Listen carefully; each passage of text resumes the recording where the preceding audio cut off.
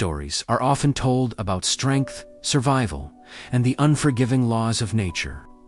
But quieter, deeper stories exist beneath those stories, about memory, about mercy, and about the invisible threads that bind one life to another. This is one of those stories. It begins with a man who believed the forest belonged to him, and an animal who proved that nothing given in kindness is ever truly lost. There was once a hunter named Calder. He was known across villages bordering the great northern forest not for his skill alone, but for his ruthlessness. Calder did not hunt to eat, nor to protect, nor even out of necessity. He hunted because he enjoyed it. He liked the silence before the shot, the control, the certainty that life and death rested in his hands. Villagers whispered about him. Children were told not to stray too close to the forest when Calder was out. Animals fled at the scent of his presence. Birdsong would vanish. Even the wind seemed to hesitate. One autumn afternoon, when the leaves burned gold and red, Calder tracked a deer through the undergrowth.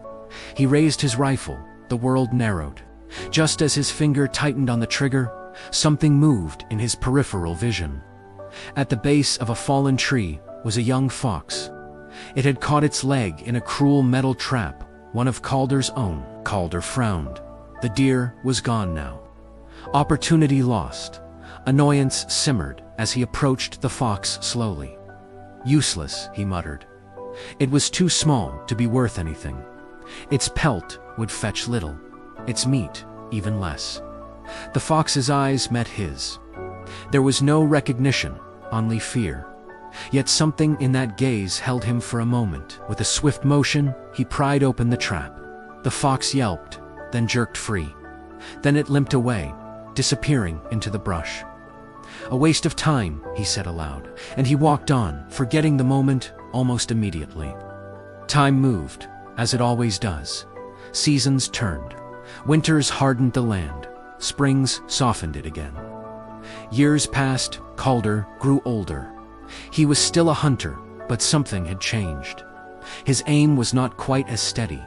One late autumn day years, after the fox Calder ventured deeper into the forest than he ever had before.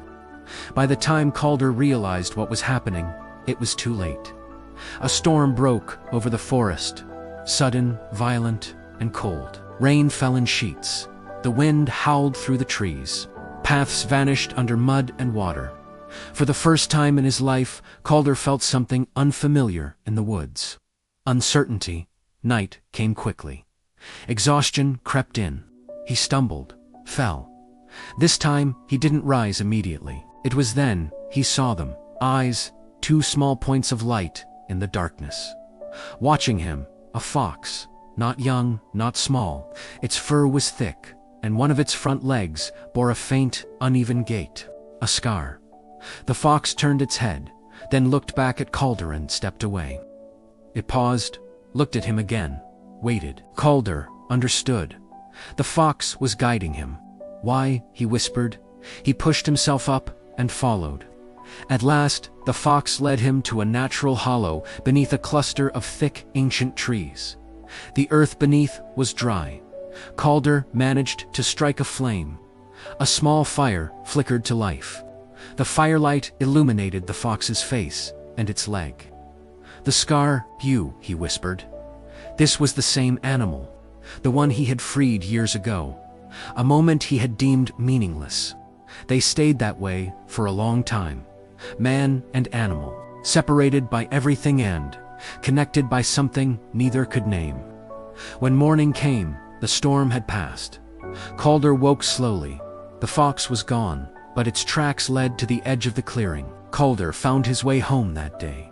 He hunted less, then less still, until one day he stopped altogether. Nothing you do in this world disappears.